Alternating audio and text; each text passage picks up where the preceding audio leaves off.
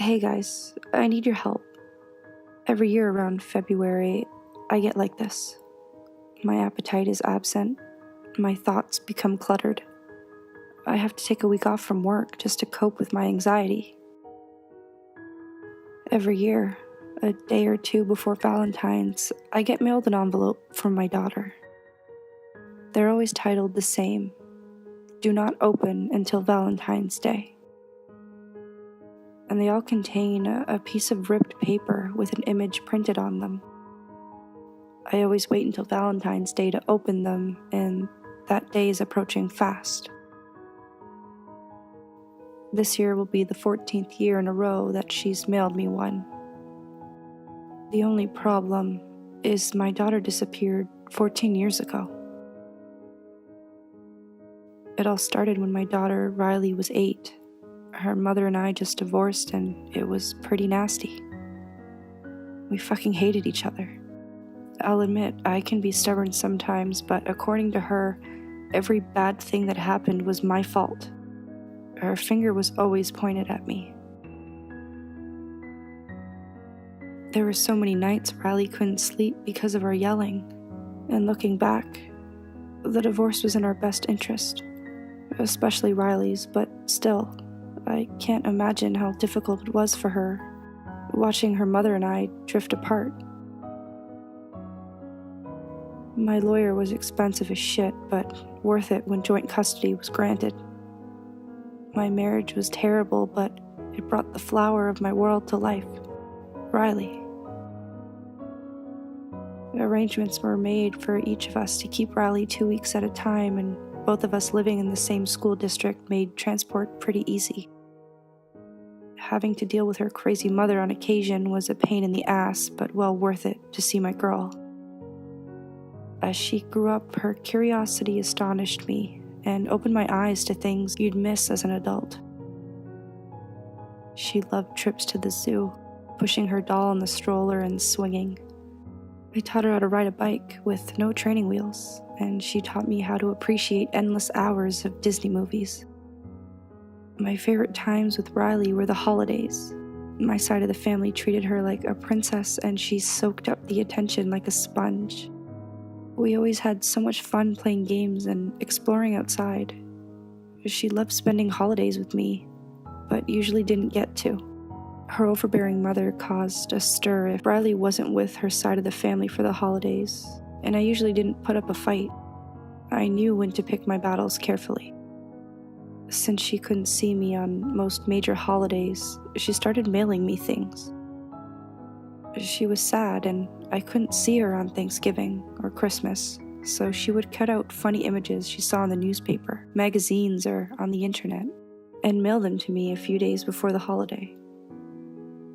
She always titled the envelopes, "Do not open until" whatever holiday it was. She started enjoying her little collage projects, and I started receiving them on New Year's, Halloween, 4th of July, and Valentine's Day. The next time she would come over, she'd ask if I waited until the actual holiday to open them, which I always did. It was a fun way for us to get around the 2-week rule. I started putting all of her envelopes and cutouts into a bin, and I've held on to each and every one of them. She was my little angel that could instantly put me in a good mood. Her body may have been small, but her heart was large enough for the two of us. I don't know how she turned out so caring after all the shit her mother and I put her through, but God, I cared for her so much. One morning, I was awoken by an authoritative knock at my door.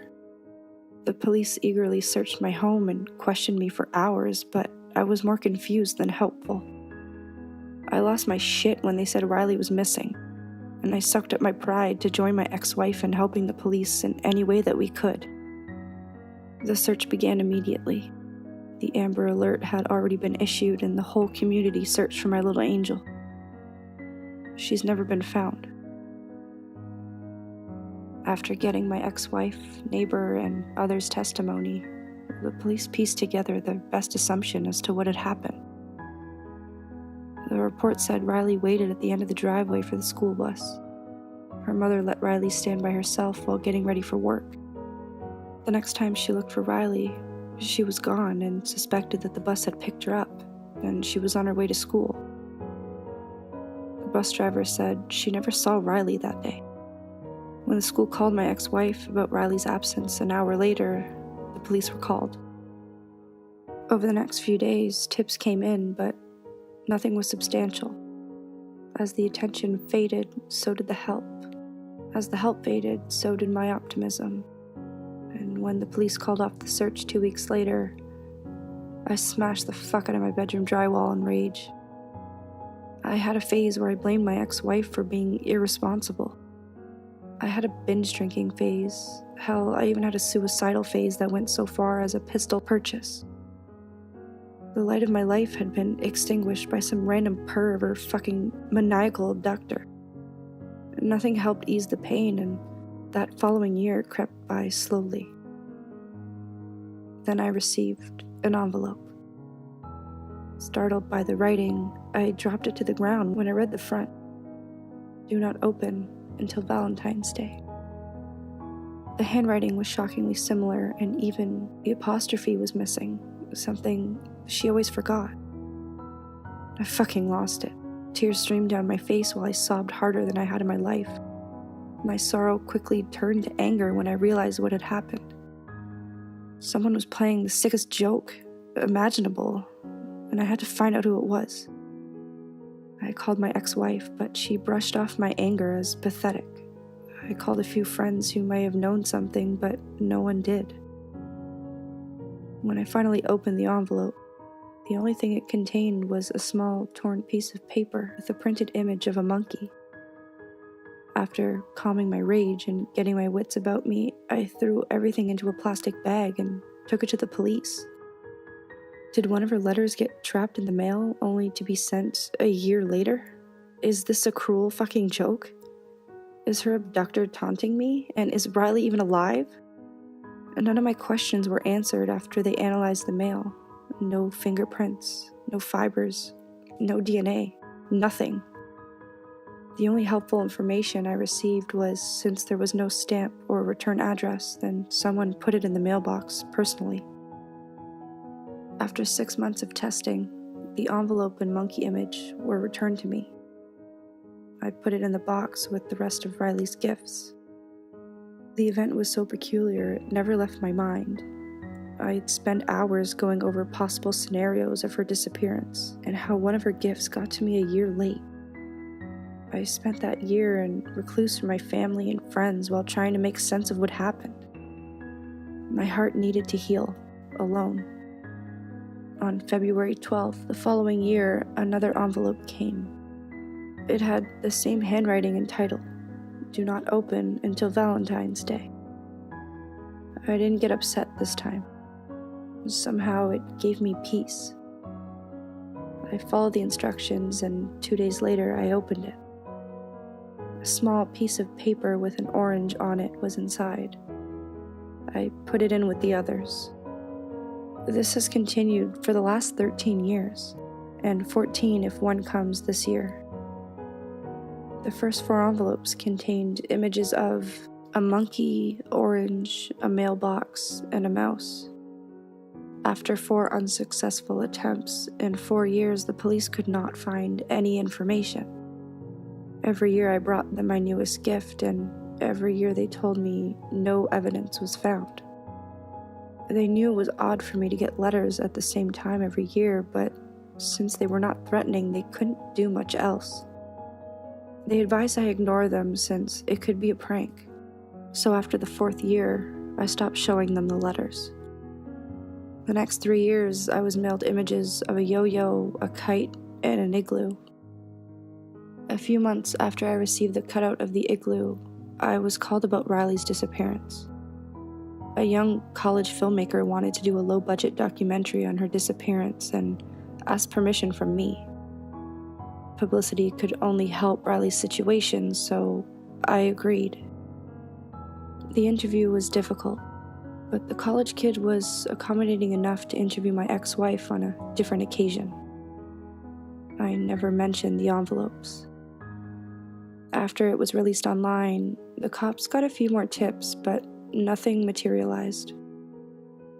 The next February, I set up a camera to record my mailbox. I wanted to catch the person in the act.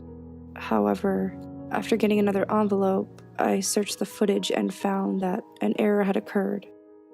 The last 12 hours were just static. This new envelope gave me a rush while opening it, though. It was like Riley was still talking to me. Sure, I had my doubts, but sometimes the only thing keeping a man sane were his delusions. The handwriting was still the same. It was still Riley's. The envelope's image was of a lemur. I continued living my life.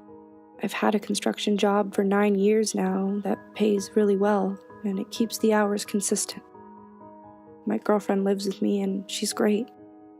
But I've kept the gifts from Riley a secret. Even my ex-wife doesn't know about them. When asked why I take off around Valentine's Day, I just tell everyone it's in honor of my daughter.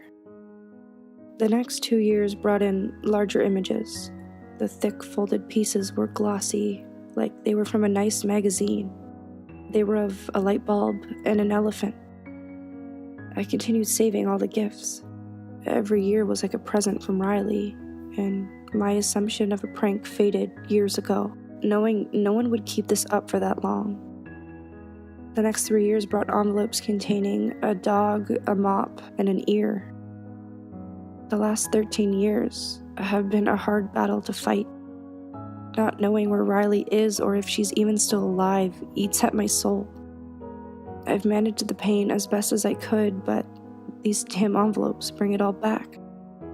I've had no idea why anyone would do this as a prank, but I equally can't believe it's anyone other than her.